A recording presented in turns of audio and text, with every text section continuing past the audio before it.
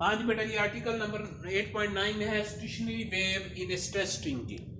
आपने क्या करना है, एक स्ट्रेस स्ट्रिंग है उसमें स्टेशनरी वेव जो है बेटा जी वो आपने जनरेट करनी है। सपोज करते हैं बेटा जी हमारे पास एक स्ट्रिंग है, ठीक है जी। उसको बेटा जी आपने दोनों साइड पे क्या किया हुआ है, क्लैंप किया हुआ है, ठीक है जी। आपने उसको फिक्स कर दिया। अब आपने क्या किया, इसके सेंटर से आपने इसको पकड़ा, ठीक है जी। जब आपने इसको पकड़ पकड़ खींचा तो बेटा जी क्या हुआ कि राइट साइड पर भी टेंशन आ गई, लेफ्ट साइड पर भी टेंशन आ गई। टेंशन को बेटा जी अगर हम एफ की फॉर्म में लिख लेते हैं, वो क्यों लिखा है बेटा जी, आगे जाके मैं आपको बताता हूं। तो टेंशन आ गई। अब बेटा जब आपने पकड़े इसको छोड़ा तो ये जो वेव बनी है बेटा जी, वेव जो है बेटा यहां से मूव करेगी, जो आपने जिस साइड पे बेटा जी आपने उसको क्लैंप किया, ये वाली बेटा जी राइट साइड पे मूव करेगी, ये वाली बेटा जी क्या करेगी, लेफ्ट साइड पर मूव करेगी।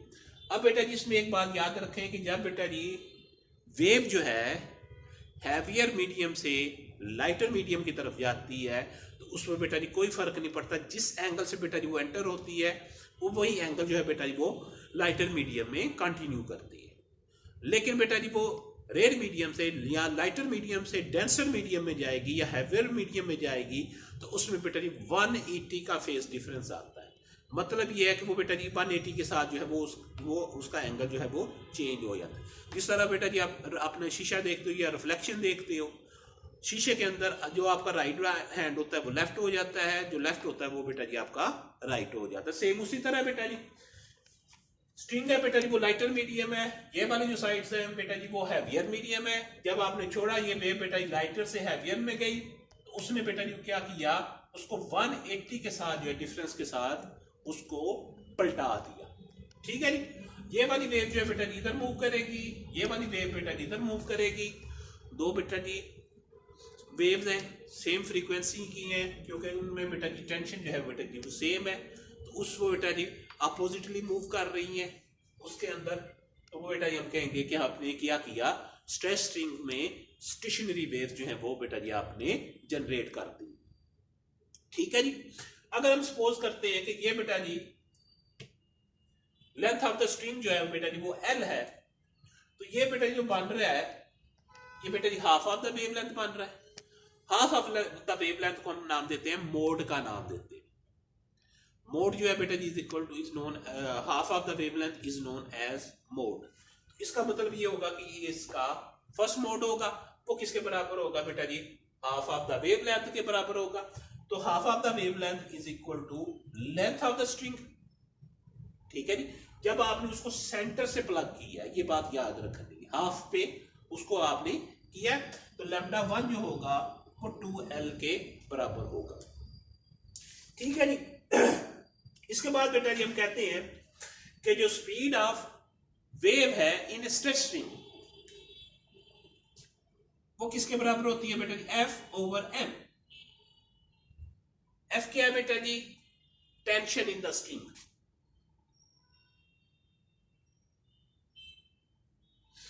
जो बेटा जी मैंने यहां पे इसलिए इसको एफ लिखा है, और एम जो है बेटा जी मैस पर यूनिट लेंथ। ये है बेटा जी mass per unit length of the किसकी बेटा जी, स्ट्रिंग जो है उसकी बेटा जी जो स्ट्रिंग होगी। तो हमें पता है कि बेटा जी फॉर वेव जो है v जो होता है बेटा जी वो किसके बराबर होता है, एफ लैम्डा के बराबर होता है, ठीक है जी। तो v जो है बेटा जी is equal to F lambda.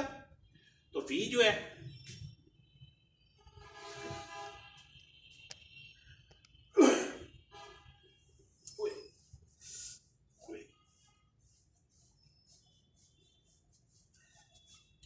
ठीक है जी बेटा जी, आपने इसकी फ्रीक्वेंसी निकालनी है। तो फ्रीक्वेंसी जो होगी बेटा जी वो किसके बराबर होगी, v ओवर लैम्डा के बराबर होगी। अब आप किसके लिए कर रहे हो, फर्स्ट मोड के लिए कर रहे हो, ये f1 लैम्डा 1, ठीक है जी।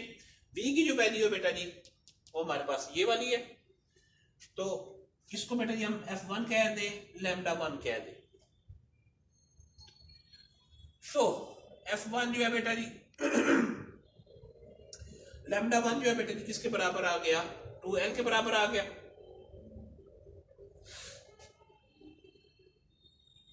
ठीक है जी, और v जो है बेटा जी f/m के बराबर आ गया। जो फर्स्ट मोड होगा उसकी जो बेटा जी फ्रीक्वेंसी होगी वो किसके बराबर होगी, 1/2l f/m।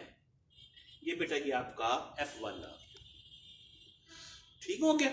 इसके बाद आपने क्या किया, ये बेटा जी आपने हाफ पर की थी, अब आपने क्या किया, इसका हाफ लेके, मतलब ये है कि आपने क्वार्टर से पकड़ा और उसको बेटा जी आपने स्ट्रिंग को स्ट्रेच कर दिया। जब ये वाली सिचुएशन होगी तो बेटा जी जो वेव बनेगी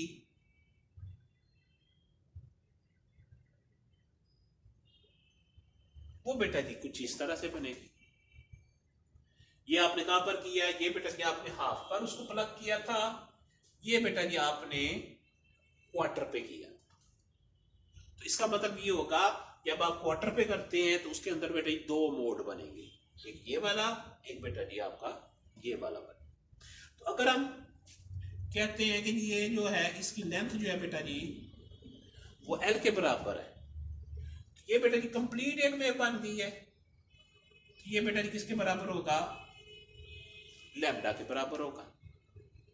तो यहां पे बेटा जी सेकंड मोड की बात हो रही है, तो लैम्डा 2 हो जाएगा। तो लैम्डा 2 जो होगा वो किसके बराबर आ जाएगा बेटा जी, l के बराबर आ जाएगा। अगेन स्पीड ऑफ जो है बेटा जी वेव जो है इन द स्ट्रिंग वो इसके बराबर है। तो ये बेटा जी v is equal to f2 lambda 2। तो f2 जो होगा बेटा जी वो किसके बराबर आ जाएगा, v लैम्डा 2 के बराबर आ जाएगा। ठीक हो गया।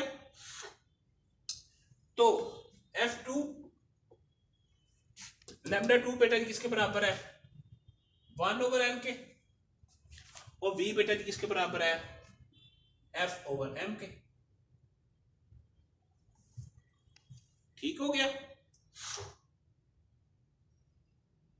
अब बेटा जी इसमें थोड़ी सी साइंस लड़ाते हैं।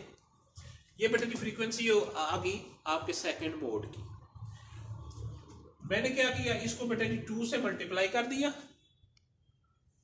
और बेटा जी 2 से डिवाइड कर दिया। जिससे बेटा जी 2 से डिवाइड किया वो मैंने अंदर लिख लिया। और ये वाली बेटा जी क्या आ रहा है, ये तो बेटा जी फर्स्ट मोड की फ्रीक्वेंसी है, f1 के बराबर है। इसका मतलब ये होगा कि f2 जो होगा वो 2f1 के बराबर होगा। मतलब ये है कि इतने इसके जितने भी मोड बनेंगे वो बेटा जी आपका जो फंडामेंटल मोड होगा f1 जो है बेटा इसको हम फंडामेंटल मोड कह देते हैं। ये जो फंडामेंटल मोड होगा उसका बेटा जी क्या होगा, मल्टीपल होगा।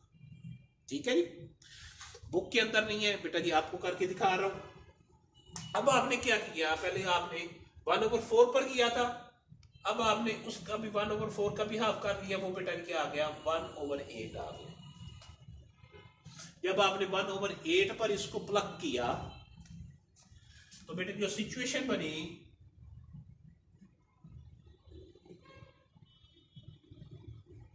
वो बेटा जी कुछ ऐसे बन। इसका मतलब स्केल के मुताबिक नहीं है, ये बेटे तीनों एक ही शेप है, समझ रहे। ठीक है जी। तो इसका मतलब है इसके अंदर बेटे 3 मोड जो है वो जनरेट, या थर्ड मोड जो है बेटा इसका जनरेट हुआ। तो अगर बेटा जी इसकी वेव लेंथ जो है वो l के बराबर है, तो वेव लेंथ बेटा जी किसकी बराबर होगी,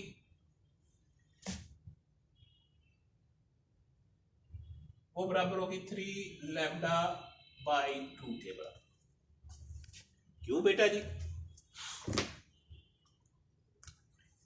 यहां से लेके यहां तक जो है बेटा जी आपका लैम्डा है, और ये बेटा जी हाफ लैम्डा है।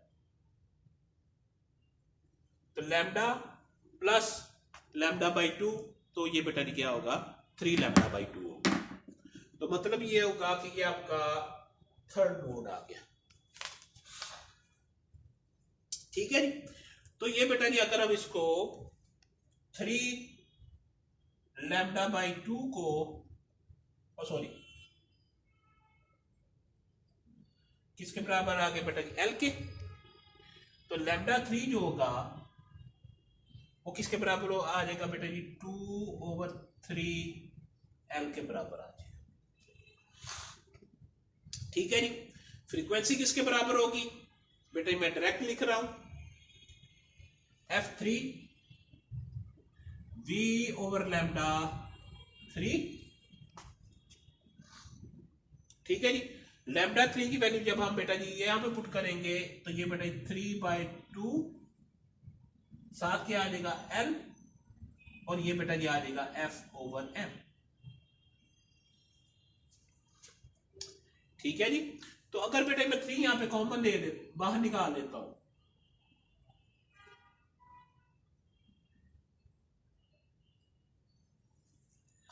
तो 1/2L जो F/m है वो बेटा किसके बराबर है, F/m के बराबर है। तो मतलब ये होगा कि जो थर्ड मोड होगा F3 वो किसके बराबर होगा 3F1 के बराबर होगा। अगर बेटा जी मैं Fn लिखना चाहता हूं, nth मोड लिखना चाहता हूं, तो वो बेटा जी किसके बराबर होगा। अगर आप गौर से देखो F1 जो है बेटा जी इसके साथ चलो 1 समझ लो, F2 जो है बेटा जी उसके साथ 2 आ गया, F3 के साथ बेटा जी 3 आ गया। तो इसका मतलब ये होगा कि जो बेटा जी यहां पर आ रहा है वही यहां पर आ रहा है। तो मतलब ये होगा कि ये NF1 के बराबर होगा, यानी mode any mode of stretch string is equal to वो वाला नंबर बेटा जी, अगर 5th कर रहे हैं 6th कर रहे हैं 6 मल्टीप्लाइड बाई फंडामेंटल मोड। ठीक है जी। फंडामेंटल मोड का आंसर बेटा जी आपका F1 है। ठीक है जी। अब अगर हम लैम्डा को लिखना चाहते हैं तो लैम्डा जो वेवलेंथ होगी वो बेटा जी किसके बराबर होगी, लैम्डा एन जो है, लैम्डा एन जो है बेटा जी अगर आपने लिखनी है तो ये अगर आप देखो lambda 1 is equal to 2/L है, 2L है। तो इसको बेटा जी अगर मैं इस तरह लिख लेता हूं, जो लैम्डा 2 है 2/2, ठीक है जी, और लैम्डा 3 जो है वो बेटा जी 2/3 है। ठीक है जी। और इसको बेटा जी मैं यानी ऊपर जो 2L आ रहा है वो सबका आ रहा है, और नीचे क्या है बेटा जी लैम्डा 1 के नीचे 1 है, 2 के नीचे बेटा 2 है, और 3 के नीचे बेटा 3 है। इसका बेटा जी क्या आ जाएगा n के बराबर आ जाएगा, और n जो होगा 1 2 3 एंड सो ऑन। तो wavelength of the n mode जो होगा वो बेटा जी किसके बराबर होगा 2L/n का नाम होगा। इनको बेटा जी हम नाम देते हैं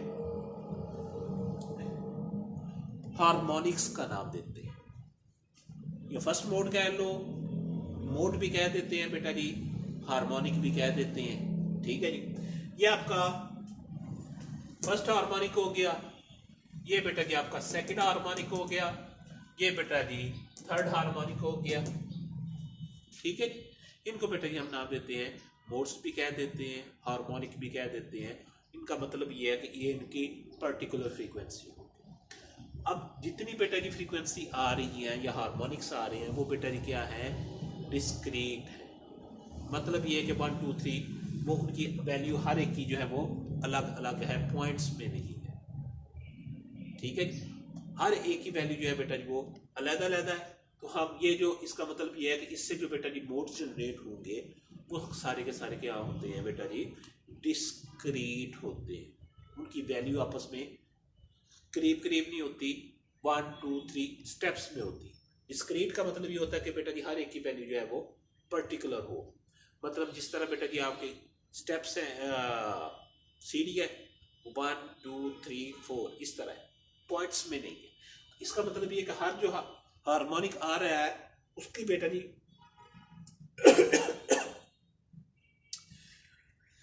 जो हार्मोनिक की वैल्यूज जो है बेटा जी वो क्या है, डिस्क्रीट है।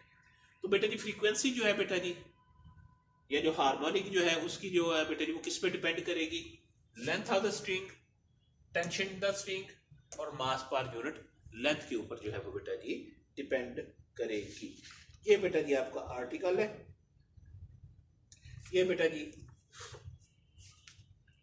Stationery waves in stretch string है।